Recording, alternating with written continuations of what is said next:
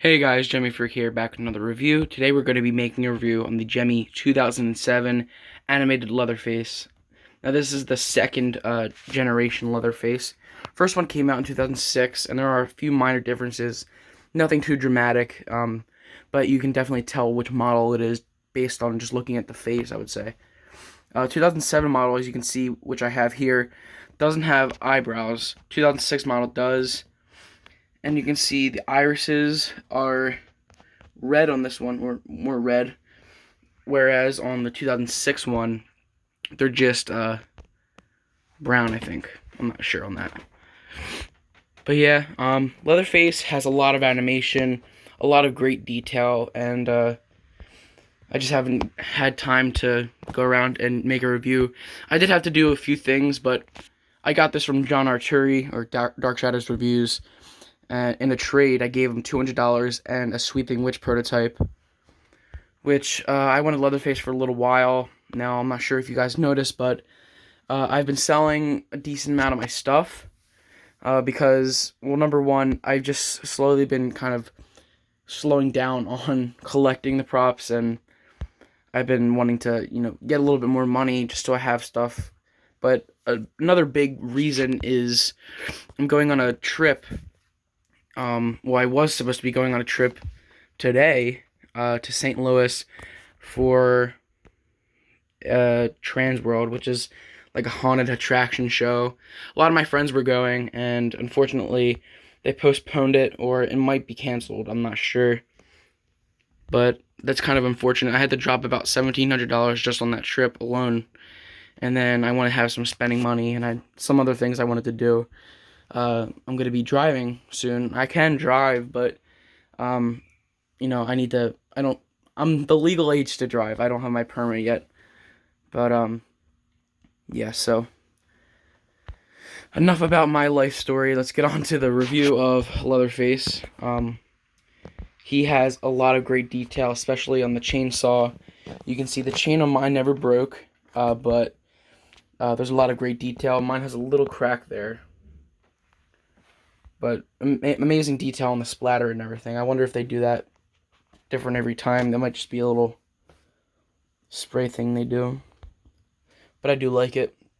A lot of blood on the chainsaw here. And then great detail on the hands.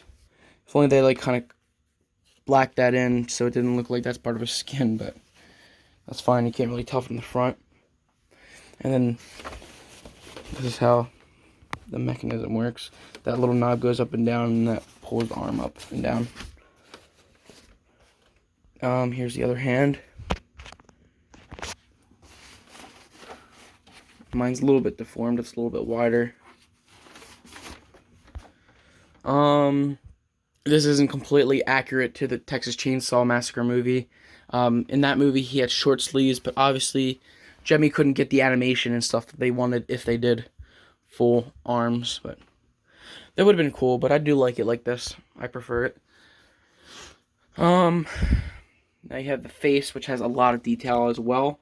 You have a lot of detail in the mouth, nasty and grimy and dirty. And you can see part of his nose there, his irises or his eyes. Just a lot of stitching and stuff. Here's his wig. Sorry for how bright that window is. It's hard to focus. Now John did have to cut the back, I guess, to repair some stuff in there, but the wig covers it, so not a big deal for me. I might just get some more plastic and fill it in and epoxy it so it doesn't look as weird, because it's missing a whole back of the head. Apron does come off, and this blood is actually printed on. That's not actual blood spatter. I know on the 2006 one, I think they added a little bit more blood on the apron, but I'm not sure. And there's some paint on the base, unfortunately. But he does have his purple button. I'll turn him around. Volume control, on or sensor, and he takes a 9-volt, 2500 milliamp adapter. And the adapter is actually really big. That's what it looks like. And the other end goes into the outlet. me turn that upside down. 9-volt, 2100 milliamp. I think it's because an AC/DC adapter, or maybe it's just because it's an older adapter. I don't know, but it was a lot bulkier. And yeah, his hands come off along with the chainsaw for storage and stuff, so that's pretty cool. Anyways, I will play him. He does have an auxiliary option.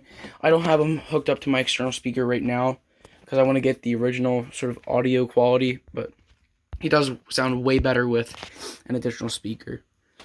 But yeah, I'll give you a few activations.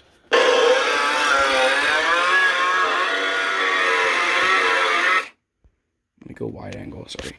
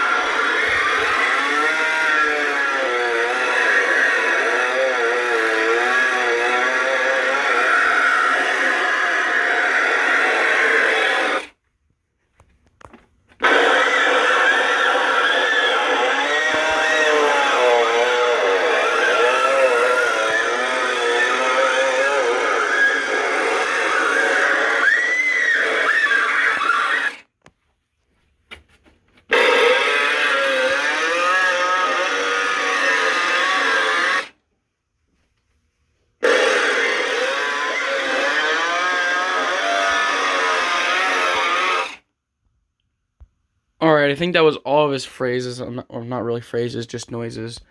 But I'm not sure.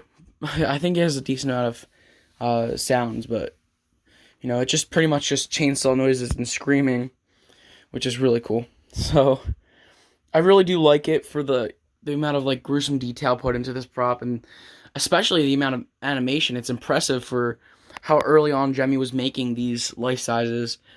2007 was actually a really big year for them, but 2006, I mean, they came out with Count Vigor and a few others, I think. I'm not completely sure which others they came out with that year, but I know Count Vigor came out that year. And yeah, a couple other things, but yeah, just amazing the amount of detail, and it's really impressive. And like I said, I mean, it's just really cool to own, just to have something so detailed and animated and lifelike, I guess you could say. I think the most lifelike and prop I have is Hannibal over there, which a review will be coming for him very soon. But yeah, I hope you guys enjoyed this review. Sorry I was kind of rushed. I actually had to do this 2 times because people keep calling on Skype and it keeps interrupting, and I don't feel like editing, because when I edit it, the quality lowers. I noticed that. So anyways, I hope you guys enjoyed the video, and stay tuned for my other reviews coming very, very soon, pretty much the same day. So, yeah, thank you guys. Bye.